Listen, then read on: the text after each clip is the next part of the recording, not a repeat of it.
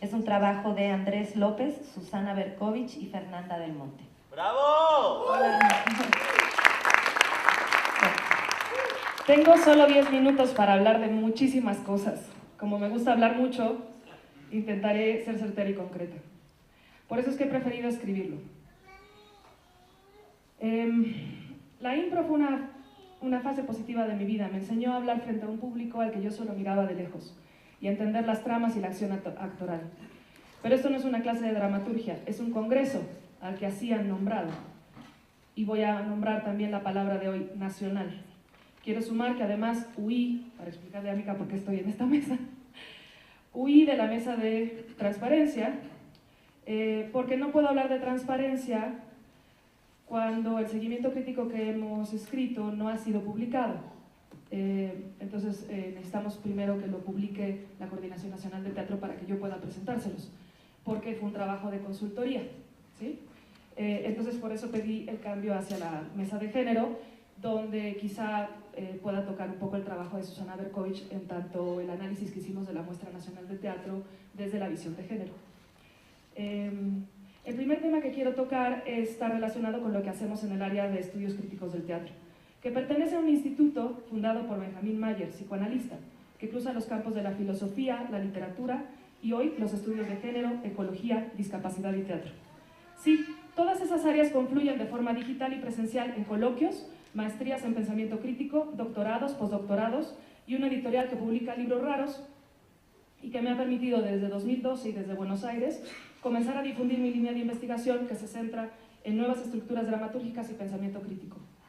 Y este camino hace 6 años me llevó a en 2016 crear un diplomado en línea, hablando de que en este país no hay licenciaturas de teatro y hay como muchos vacíos en términos de formación. Nos parecía fundamental crear a partir de la digitalidad un diplomado que trabajara teatro contemporáneo. Y eso nos posibilitó convocar a maestros que viven en lugares tan lejanos como India y tan cercanos como Jalapa, y tener en estos 3 años, 4 años de trabajo, más de 50 creadores escénicos, literatos, filósofos, personas interesadas en el teatro, como países como Colombia, Ecuador, Estados Unidos, Argentina y México, que a partir de una plataforma digital, durante 8 meses, se forman como creadores escénicos, sobre todo en teatro contemporáneo. Y es que como ya hemos visto en varias mesas de hoy, yo ayer los pude seguir gracias a la digitalidad, el problema de la educación en México es grave y es sistemático. Creo que todos los que nos dedicamos al teatro siempre tenemos una pata en la educación. Es casi imposible en un país donde la mitad de la gente vive en pobreza y el sistema de educación es tan precario que no nos preocupemos por la formación de creadores escénicos. Entonces, para invitarlos también a que lean uno de los ensayos que he escrito para el seguimiento crítico del 2014, tiene que ver con educación en las artes y su cruce con la teoría, los campos de la literatura y la filosofía, cuestión por demás obvia y necesaria. De la teoría del análisis del teatro contemporáneo, jalo para esta ocasión el concepto de crisis del drama y crisis de la representación, que es, por cierto, un signo de los tiempos. Un ejemplo de ello es este congreso. Hay ciertas preguntas que me saltan y las propongo de forma sucinta. ¿Qué relación existe entre el trabajo en derechos humanos y teatro? ¿Hay obras que hablen de ello? ¿Existen compañías que trabajan en la construcción de paz? ¿Existen trabajos en el mundo que se enfoquen en ello? Por supuesto que sí, pero muchos de ellos no están aquí. Entonces, ¿qué hacemos los que estamos aquí? Yo diría que este evento trata de conglomerar a algunos grupos para que hablen de sus trabajos, a otros para que escuchen esto, y en tercero a algunos que hablamos de temas específicos de género, o transparencia o trabajo comunitario. Y por último tema por demás controvertido es el dicho lenguaje no violento, que propuesto desde arriba de una institución invita más al sometimiento del libre pensamiento que al equilibrio de los debates. La presentación posibilita entonces el acto político de decir y por lo tanto el acto político de hacer uso de la palabra. Ya lo trabajó Pasolini. Al igual que Brecht, trabajan en distanciar al espectador para hacerlo pensar. El arte hace pensar, a veces. Pero como todo buen trabajo, necesita de un discurso propio y un pensamiento crítico que proponga una mirada particular sobre la realidad. Así, la idea de crisis de la representación también nos viene bien como artistas, no solo para poder expresar desde otros lugares lo que pensamos y sentimos sobre el mundo, sino para hacernos pensar en las instituciones del Estado que nos representan, entre comillas. Y ahí viene la segunda crisis de la representación a nivel político, la crisis de las instituciones y la crisis de la idea de nación. La idea de nación es una construcción y la idea de instituciones de alguna manera la sigue. Pero enos aquí, en un país que sigue creyendo en las instituciones como formadoras de identidad y, por lo tanto, en el caso de las artes, de una política de la estética.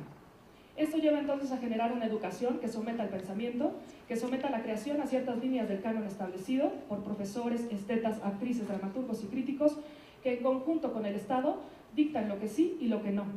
Pero no solo eso, sino que dictan quiénes y cómo y cuándo. Y ahí van los profesores, a enseñarle a los alumnos las formas de cómo producir y cómo ser productivos, pero sobre todo, cómo vincularse con el mercado y con los públicos de masas. La cultura de masa y el entretenimiento encuentran un puente demasiado corto desde mi punto de vista con la idea de arte y poética. Entonces tenemos que desde esta pequeña área digital, que es 17, desde el área que coordino, hemos pensado en la necesidad de generar un espacio presencial también para la discusión de estos temas. El año pasado hicimos un encuentro de estudios críticos del teatro, Palabra Hoy Crítica, que han hecho bien los organizadores de este magno evento invitarnos, entre comillas, a no utilizar. No utilizar la crítica ni proponer ideas, porque eso significa debatir, nos piden dialogar. Bueno, en 17 hacemos lo contrario. Pensamos, criticamos y proponemos ideas. Y eso es lo que vamos a hacer el próximo 21 y 22 de septiembre en el CENART, apoyados por Carretera 45 para pensar los modelos de producción y la tensión existente entre mercado, Estado. Y en pregunta, ¿desarrollo comunitario? No para presentar, sino para debatir, para realmente poner en cuestionamiento todo, hasta la misma idea de productividad y crítica. Y como una segunda línea de investigación, además de la precariedad, producción y teatro, hemos comenzado a desarrollar la línea de estudios de género con el teatro, y en ese sentido propusimos hacer un primer acercamiento en la Muestra Nacional de Teatro el año pasado. Los resultados, no puedo compartirlo todo, son de la maestra Susana Berkovich y míos, que fueron realizados a partir del análisis de estéticas presentadas en la programación. En referencia al lugar de la mujer como tema, pero también, esto debemos saberlo, los estudios de género son un campo de pensamiento crítico, porque distancia los hechos y nos ayuda a analizar desde otro lugar. Así el trabajo de Susana Berkovich se desarrolla en la siguiente línea. Voy a leer un fragmento del trabajo del seguimiento crítico que espero en algún momento pueda ser publicado. ¿Desde dónde? Como no puedo ser de otro modo, hablamos, escribimos, miramos desde lo que somos, desde nuestra historia, nuestra práctica, nuestra formación, nuestras experiencias. Los estudios de género, el psicoanálisis y las diversidades estéticas son las áreas que me ocupan, de modo que este análisis de la Muestra Nacional de Teatro se hace desde estos puntos de vista. Para facilitar su lectura y para el análisis sea provechoso, es necesaria una breve introducción de estas perspectivas que constituyen la fuente y el marco de las páginas que siguen. Sexo, ética y estética. Una de las vías para pensar las estéticas posibles es la pregunta por nuestros gustos. La hipótesis, luego de varios años de trabajo inspirada en Leo Bersani, sería formulada así. Existe una continuidad entre nuestros placeres sexuales, nuestros gustos estéticos y nuestras elecciones políticas. Nuestros gustos moldean y ponen ritmo al mundo. Nuestras inclinaciones estéticas, representativas o narrativas, pueden prolongarse hacia nuestras elecciones políticas y provenir de nuestras preferencias sexuales. El neologismo, sexestética, título de un libro de Leo Bersani, anuda sexo, ética y estética. La continuidad entre nuestros gustos sexuales, nuestras inclinaciones estéticas y nuestras elecciones políticas es una pregunta lanzada a las artes en general y en este caso al teatro en particular. Nuestros gustos, nuestros placeres. Freud con Sade. Perfecto. Los gustos conforman las inclinaciones estéticas. Un abordaje breve sobre qué nos gusta, si podemos ponerlo así, permitirá tener una visión más amplia de las diversidades estéticas. Nuestros gustos, como nuestros placeres, son sexuales e infantiles. Freud describió como pudo y con gran sensibilidad. Desde la infancia, las etapas de nuestras relaciones con los objetos y con los otros están marcadas por relaciones de poder. Hay un gusto por el dominio y un gusto más opaco por el sometimiento. Nuestras primeras experiencias de poder tienen relación con el sexo y el cuerpo. El chupeteo y el canibalismo, como el placer oral, el autoerotismo, el control y el sometimiento anal, las fantasías del látigo, el masoquismo como erógeno, anudan una erotización de la violencia, fuente importante de nuestros placeres. La pulsión de muerte, agresión hacia el otro y hacia sí mismo, propia de la condición humana, es erógena, es sexual. Así, las fuentes de los placeres están ligadas a algo violento. En el marco de lo que nos ocupa, no es posible desplegar estas coordenadas. Digamos que estas relaciones de poder, engullir, ser engullido, someter, ser sometido, se prolongan hacia la edad adulta y moldean nuestras inclinaciones estéticas. Puesto que la cultura obliga a la represión de nuestras pulsiones, se subliman.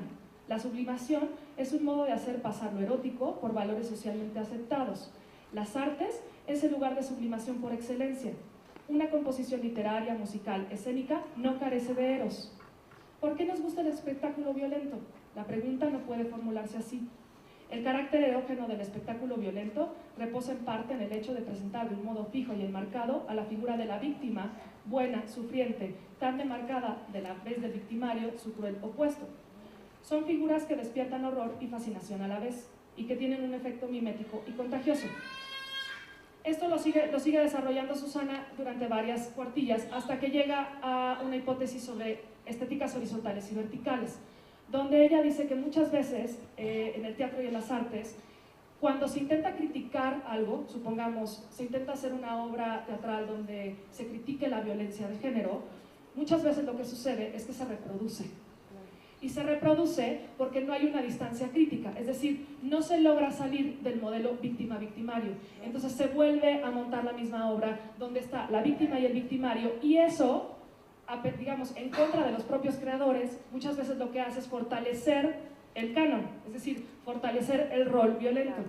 Entonces lo que nosotros hicimos en la Muestra Nacional de Teatro fue analizar las obras a partir de estas estéticas, y lo que descubrimos es que en casi toda la línea de curaduría sobre violencia, en realidad no había una distancia crítica de esas obras, y muchas de esas obras lo que hacían es volver a poner los mismos estereotipos en escena. Entonces, a pesar de las intenciones, digamos, de los creadores cuando uno habla con ellos y de su trabajo en términos de género, muchas de las obras presentadas siguen poniendo a la mujer, y eso también fue un análisis que yo hice. ¿Cuántas protagonistas mujeres hay en las obras de la Muestra Nacional de Teatro? Pues una, la de Marco Petriz. ¿Dónde está el rol de la mujer dentro de las dramaturgias? Generalmente son o madres o hermanas, es decir, el rol de la mujer en las obras sigue estando siempre supeditada como a lo familiar, a lo privado. ¿Cómo salir de ahí? Pues creando nuevas dramaturgias, ¿no? O sea, proponiendo nuevos lugares, pensando justamente en esta visión crítica de qué significa ser mujer, cómo se relaciona. También algo que hicimos del análisis de la Muestra Nacional de Teatro fue el número de directoras y dramaturgas que presentaron obra, que no supera el 30%, sumando dramaturgas y directoras. Es decir, había 7 dramaturgas o 8 dramaturgas mujeres y como 12 directoras. Hubo una crítica con respecto a esos números, decían, había muchas mujeres en la Muestra Nacional de Teatro trabajando, y aunque yo adoro a Alma, cuando se hace un análisis de género no se mide la cantidad de mujeres que trabajan en una organización, sino el lugar de poder que tienen. En el caso de la Muestra Nacional de Teatro estamos hablando de arte, no de instituciones, y eso es algo que me parece fundamental destacar. Es decir, cuando uno hace un análisis del arte es cuántas mujeres pueden desarrollar su trabajo artístico, no cuántas mujeres pueden trabajar en producción. Y eso es algo que sí me gustaría hacer énfasis. Estamos trabajando sobre teatro y sobre arte. Y ya para terminar, ya me super pasé, escribí un pequeño guión. Escribí la estructura de mi primer stand-up, no lo voy a hacer yo. Una mujer que ve al mundo caerse en pedazos y ve morir y balacear a unas cuadras de su casa casi todos los días. Escribe sobre las flores que disfrutaba en su infancia. Entonces, de pronto, de la nada, un señor y señora que organizan un evento, pagado por los impuestos en parte, le invitan a participar. Ella quiere por fin compartir lo que siente, esa terrible realidad a la que se ha visto sometida, por su padre, por su madre, por su entorno. Pero en las reglas del evento le piden que, por favor, al igual que el padre de la iglesia y su abuela, se tome un tecito, escuche y, por favor, no debata. Mientras le meten por el trasero un micrófono para que solo pueda expresarse desde su interior. Ella en la mano tiene un discurso, sí, mal hecho y amateur, pero honesto y apasionado, que hace pensar, generar ideas para salir de esta situación de terror que está viviendo. Pero no puede hablar porque además está penado hablar con groserías o decir alguna cosa que esté fuera de la norma, impuesta obviamente por los de producción, no ella. Tampoco puede sentirse sometida porque cuando lo hace una máquina le da golpecitos y tiene que actuar gratuitamente en un festival súper importante que ahora ha propuesto una nueva modalidad que es actuar y pagar por actuar. ¡Fantástico! Ella sigue teniendo en sus manos su texto, comienza a leerlo, pero una alarma sísmica comienza a apuntalar. Es un stand-up que llamaré Incubo. La pregunta es, ¿cómo llegó ahí? ¿Cómo aceptó las reglas? Al final, ella simplemente se da cuenta que se puede bajar del escenario y salir caminando hacia su casa. Fin.